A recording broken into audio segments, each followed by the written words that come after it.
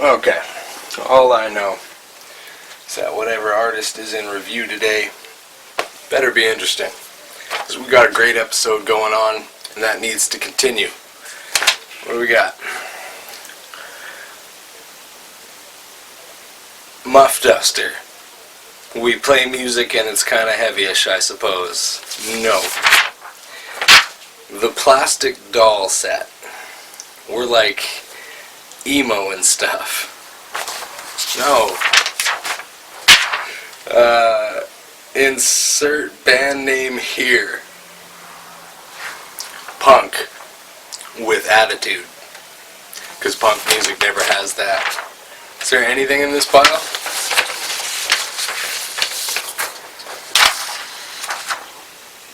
Okay. Wait. Here's something. A truly independent fifth-dimensional musical cake with ingredients from Manchester and Rugby and cooked in the kilns of the Peak District, sprinkled with easygoing rum-flavored edible glitter. Really? Now that sounds good. Here we go. This duo from the UK, consisting of Alison Riley and Pete Gustard, have just put out this album. No joke. A Pill for Everything is less than a week old, or just outside of a week at the very maximum. It is so brand new, but I don't think that it's just because it's that fresh out the oven that it feels so warm and inviting. They just have the ability to write their songs like a musical cup of soup for the soul. Aww. They can get their funk and jam on though. Take Watch the Replay. Like, what is that? It's not John Mellencamp's Jack and Diane, but it's like, it's got that classic vibe feel to it. That good time rock and roll, just really laid back. I don't know, it's smooth. It's very smooth. What I didn't tell you earlier through the written review at sleepingbagstudios.ca that just dropped out earlier today was that they reminded me of the Canadian band The Wild Strawberries. Now this is one of my favorite Canadian bands of all time, and you might be a little bit surprised about that. You might also be surprised about how I came to find them. But a younger version of myself, one that was, in love or desperate to retain love, one of the two, ended up going to Lilith Fair, and during that time I got to discover the music of the Wild Strawberries. Not only were they amazing performers, but they wrote these beautifully dark but still accessible songs, still willing to take chances with their music, much like you'll find on this album from C-Shaped. Alison reminds me so much of her vocal style, I just love it. It's such a great, unique tone that is, just very, very few people have it, and it sounds beautiful, and it just breaks at the exact right places that it's supposed to. She does a tremendous job on this album. Like, take this song that you've been hearing in the background. This is called Life Gets in the Way, and she's just right in the groove of it. I love this track. Now how about Pete? Pete's wicked. He's kind of a chameleon of sorts, but it always works well. Check out the track Windowsill, and you'll hear a great example of what he's capable of. One thing he's certainly capable of is working with Alison. And this combination that they've got in C-Shaped is just a really, really well-matched pairing. The harmonies that exist between the two of them are absolutely beautiful. I can't stress just how much this music really is inviting and really does pull you in to listen like a great story. And that goes for even the darkest sounds that you can find on this album, which certainly include the title track, A Pill for Everything, which is an epic track, operatic in scale, full of emotion, and again, just really, really captivating all the way through. A debut album is an achievement. Let's not forget that. We all know that there's so many things that happen in the background to make these albums come to life. And to be completely honest, there are so many unknown bands that have entered the recording studio never to come out, based on conflicts that arise or different problems that happen during the recording process. There are bands that you'll never know the name of because they simply don't exist. So getting that first album out can often be a battle, but if you go through that battle and you come out on the other side victorious, like Pete and Allison have done, you come out with a beautiful, beautiful album, just like this. And Pete and Allison should be proud of what's come out on this debut album. It's full of emotion, it is packed with passion, and you can audibly hear the amount of care that they've taken with this first representation of what they can do. That goes from everything from layout to song structure to album flow. If it needs energy, they bring it up. If it needs to be quiet time, they slow it down. They've got a great sense of tempo and just how to make an album that makes you want to listen to it. But the best part is no matter what atmosphere they choose to create, each and every time, they can take you there with them. You can find more details about C-Shaped at sleepingbagstudios.ca right now on the main page. We just reviewed the album A Pill for Everything. Definitely recommend checking this artist out immediately after the show. Of course, stick around to the end. We will give you a link where you can find more C-Shaped information. I think you guys are doing fantastic things. Wish you all the best of luck and success in the world. Now it's time to get back to some Swami Lushbeard on SBS Live this week. Swami Lushbeard, you want to crack at the real beard? I mean, one thing I understood from Don was that he gets that the idea of being able to do these video style interviews, well, they can only be so interactive. I ask you a question and you answer, and that's kind of the basic framework. It's actually like an interview over email and less interactive than an interview over phone. So I'm inviting you, all four of you, if you want to crack at the beard and you want to ask me a question or two, by all means, I'll certainly answer anything you want to ask. I'm an open book, gentlemen. Bring it on. The beard says bring it on. So yeah, if you want to do that, by all means, film up some questions and I'll answer them and throw them in the interview and you'll see what I've got to say.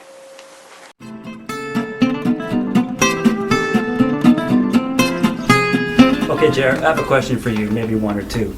What is the world's fastest land animal? Fastest land animal? Don. Really?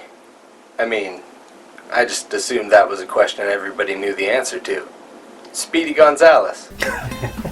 Also, how much electricity does it take to run Sleeping Bag Studios? You want to know about electricity? Take a good look at it. No, but that's a much more tough question for me to answer, really, because I'm not an electrically inclined person, so to speak. We had an electrician come out and do the professional wiring for Sleeping Bag Studios. As far as I've been told, if the bomb was to drop, I should be the last house on the block with some power. So come and party here if Armageddon happens. But I suppose the easier answer is to say that we've got a lot plugged in. So yeah, I mean, power bar there. What else we got? I mean, there's things that are always running. Vocal pedal, pretty much everything is plugged in and working at some point. Yeah, power bar down here, that's like, you know, maxed out. Everything's maxed out pretty much. I think in this cupboard here, we've got another power bar down there. It's also got a DC brick, which is awesome. Fully recommend those if you don't have them. Multiple pedal plug-in access port. It's a beautiful thing. All these amps, everything that you see here in the background, always plugged in, and that goes into like a main circuit that is actually in behind sleeping bags, in behind the circuitry. I don't know if we can even see this or not here. So there you go. That's the hidden secret in behind the sleeping bags. There's a hell of a lot of juice wired directly into the panel by a professional electrician who's certainly not me. Yeah, but anyway, what I really wanted to know is how did you come up with Sleeping Bag Studios? What's that name mean to you? What's it represent? Were you like homeless and just had a sleeping bag and you camped out in front of the studio until they let you in to record, or maybe you were there? I think it could be because you work so hard and so often that you spend your entire day there that you wind up just crashing when you're done. Because we know that. We do. Yeah. We understand that. Yeah, but that would be great. You know, dedication. Right? I'm gonna do a little bit of power. Yes. Sleeping Bag Studios. How did we come up with the name? Well, there's two parts to the answer to that question. The first being that in the area surrounding the studio, we actually have one particularly somewhat cranky neighbor, and this neighbor will complain if the lawn, say, gets too long on the studio grass. He's an acquired taste. When we started the studio, we didn't know if he was going to complain about the noise level or if it was going to get any kind of nasty whatsoever. So in choosing a name, we knew we needed to have something that was adaptable, and that adaptation, of course, would include, you know, if we got noise complaints per se, we could always turn the studio into a full-on porn studio, and if that was somehow more acceptable to the surrounding area, then we would just go with that.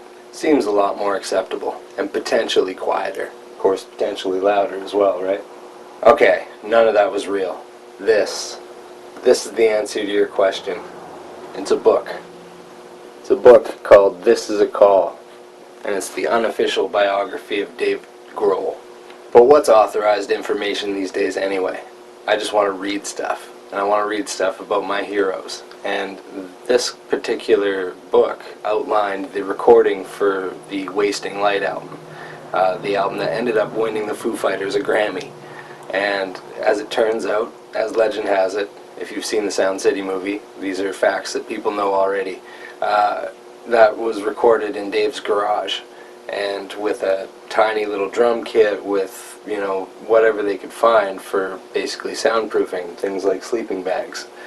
And that was an inspiration. The idea that this huge rock star was bringing it back down to an independent level, to a point where even a person like myself could potentially assemble something like that. So with a little help and a little determination, here we are. But all thanks be to the Jesus of SBS, Mr. Dave Grohl. And Ian has a question too. Yeah, I just wondered what club we were going to play at when we come to Vancouver next year. Let me know which clubs you should be looking at. Awesome. Tell them we're coming. No, See you we're soon. going to be there. Bring everybody you know. Yeah, if you hear a knock, you know it's us.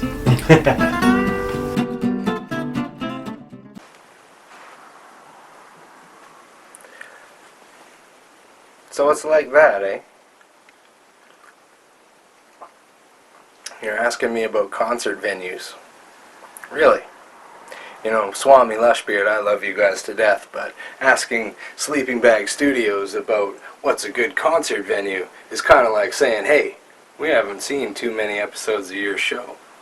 It's an hour long. I get it. It's not a problem. But the fact is we showcase many artists and independent bands that are right on the Vancouver stage, and you'll find us in the crowd standing right beside you with our cameras, of course. But take a look at some of the best venues that we have here in Vancouver and some of the independent bands that we've seen take the stage.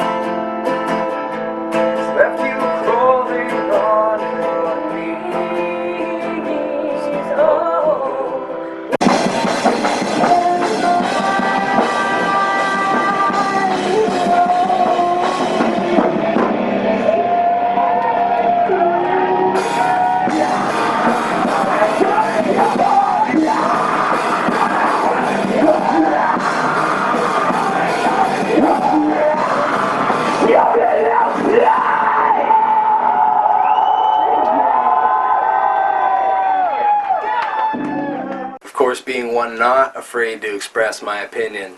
If you guys are looking for the straight up answer, Swami Lushbeard, go and play the Railway Club.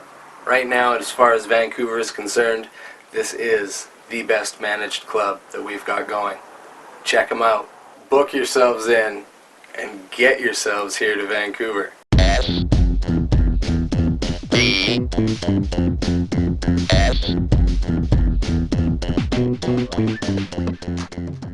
A couple of months after we reviewed the Swami Lushbeard EP, A Burning Desire, we ended up reviewing an Australian band called Evolata. You turn that sucker around and you get Hate Love. Now, I've always assumed that that moniker is a reference to the constant push and pull of their music, that struggle between hope and despair, good and evil, hate and love. I got chills the moment I heard their music for the first time, and I've definitely considered myself a huge fan ever since. Stoked to have them be a part of the show today. Actually, I just want to take a moment and shout out all of Australia. I have a huge music collection here, and of all my music, Australia probably makes up a good 15 to 20% of what I actively listen to. You guys make amazing music, you contribute fantastic artists and bands as an entire country, so thank you. Okay, back to Evolata. This video that we're going to show you was just released last month for them. It's off the album that we previously reviewed, and that's called We Ache for the Moon. It's a fantastic album. This song is called Time, featuring the absolutely exceptional Katie Underwood, a collaboration between these two that I hope exists and continues on for many, many albums to come. And I could literally rant all day long about this band and this album and this great music, but I suggest we all take a look at it for ourselves. So this is Evolata with Time on SBS Live this week.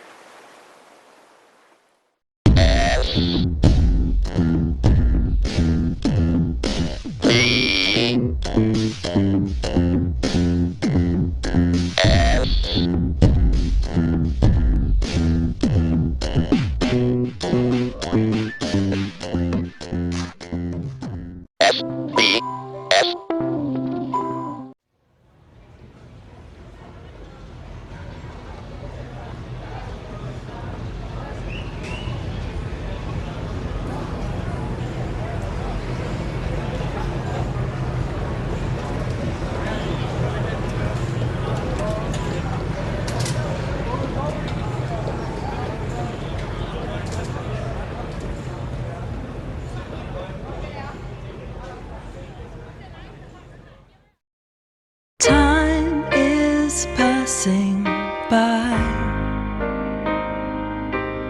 for ordinary men. It's no lie, no illusion, though sleight of hand, nothing up the sleeve.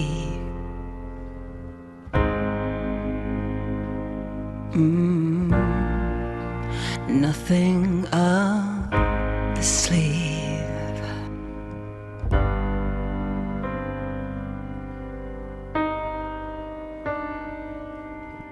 Consequently, I believe the God's police are damned, and from where I stand, it's all illusion. The sleight of hand will slowly be revealed.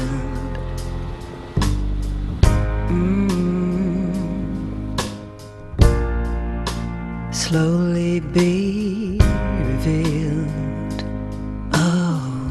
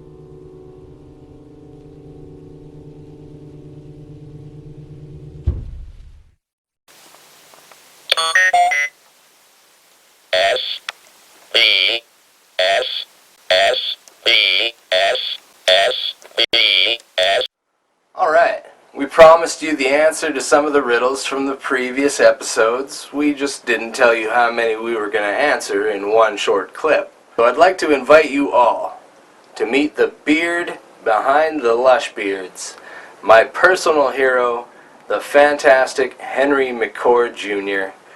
After the clip, we'll go directly to the video created by SBS showing exactly what that whole package thing is about, what we sent off in the mail, and featuring their song, My Best Thinking. And after that, I'll let you in on that special announcement we've been talking about before we roll out for the day.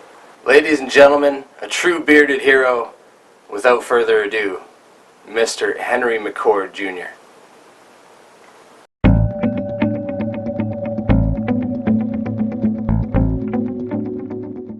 And I'm the beard behind the camera. There he is. There it is. Look at that. Look at that. Does it all. Yep. Beard. Does it all. But I need you to send me some beard oil, Yeah. Jer. Jared, this is Henry McCord. He's like our honorary 5th member of the band in many ways. He's just... What are you? Cameraman. You're like our... you help with gear. Yeah. You offer like moral support. You bailed Ian out of jail last summer. You know. No, he's And he's a great wingman too. Oh yeah. And I got Dre's truck out of impound. Yeah, he's good. you did. Yeah. And Ian's keyboards out of the pawn shop. Yeah. There you go. And various sundry duties. Yeah, he's a I am a general utility man. yes, and super talented and super genius. Very smart. Yes. That's a cut.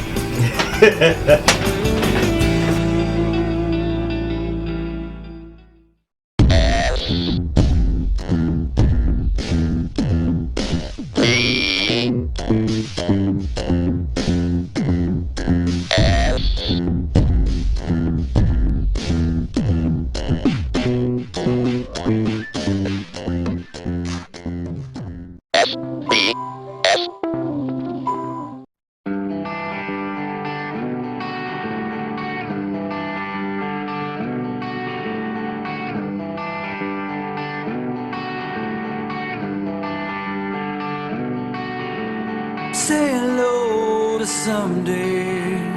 Dreaming's not as real. You faked it till you make it now, you dear.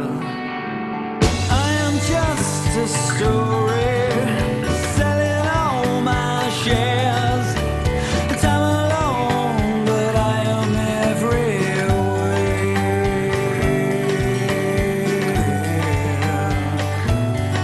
This is my best thing you get to destiny. This is so my friends become the enemy. This is one more chance to finally grow some wings and know what I have to change is everything.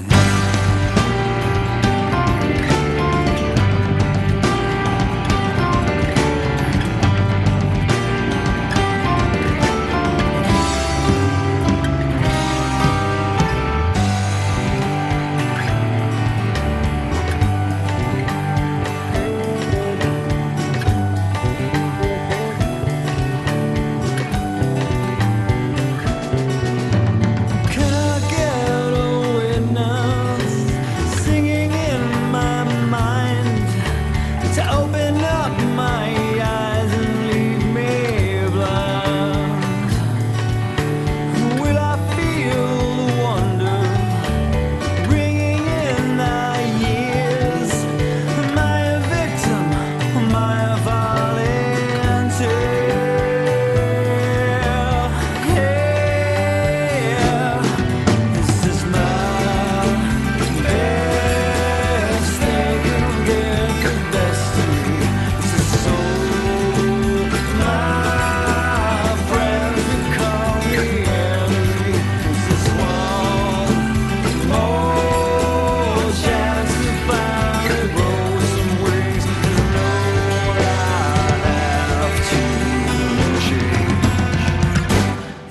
everything.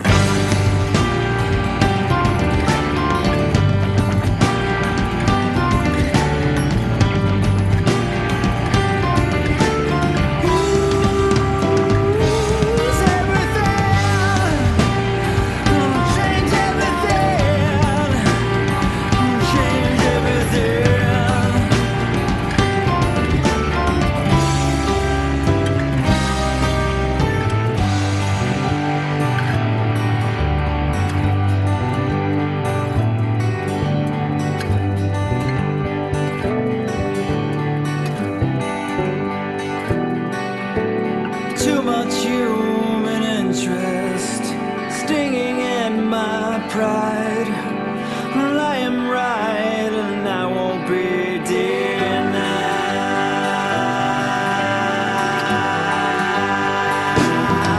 It's my best thing can get the best of me. This is so my friends they call me enemy. This is one more chance to finally grow some wings, and all I have to change is everything. It's everything.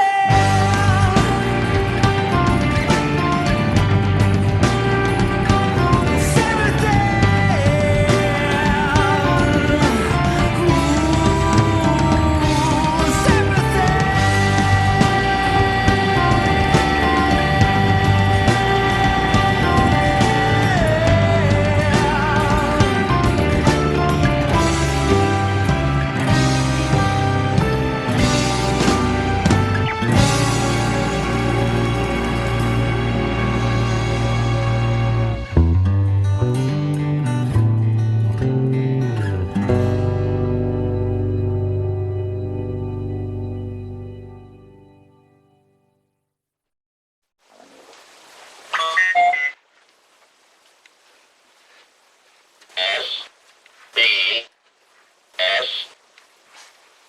I love that sound.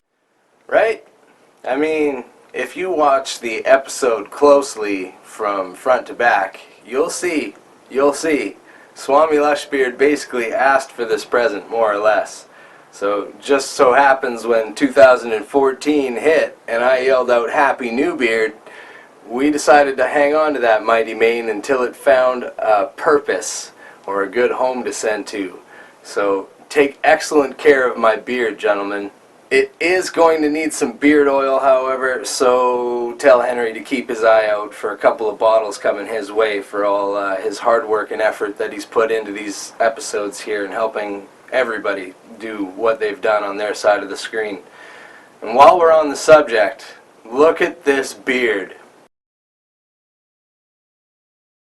A couple of bottles of beard oil is the least I can do. I can't help but feel out-follicled in every possible way here. Many of you out there on the internet have credited me with having the most lush beard that can be found on screen. But it's in a box now, and it's been shipped to Swami Lushbeard so that they can help fuel their next album. So it's with great pleasure that I announce the surrendering of the internet's best music beard to Sir McCord Jr. It's the beginning of March, and you fully have me by the chin for now, my friend. I say with great pleasure because I will be back to claim this from you once again. I just might need until the end of April, May, beginning of June latest. But I got my beard going on, Henry. I'm coming back for my title. For now, it's his, and I'm happy to give it to him. Again, look at this beard. One huge thank you to Henry, and to all of Swami Lushbeard, Dre, Ian, Matt, and of course Don. You guys have been fantastic guests, and I've had an absolute riot creating these episodes and interviewing you, getting to know you, listening to your music, ranting and raving with you online at all different hours of the day. It's been incredible. Again, I'd like to remind everybody that what they saw on screen was completely edited and shot on their side, the Swami Lushbeard camp. Every clip that they're in, it's just fantastic. Don, late nights spent editing, just doing a masterful job of putting this all together. And so truly a great collaboration, again, from all corners of the internet, and this episode showed it through all kinds of videos. I'd like to say thank you to Russia and Grenawar for being here with us through the video, for Blood on the Face, that thing rocks, and of course to Evolata from Australia for their video for Time. Absolutely awesome. Love everything about their music, and again, fully support this band. Go out and check these bands out. They're doing great things from all over the world, and it's awesome to have them here all in one place. Huge shout out to C-Shaped, our Spotlight Band of the Week.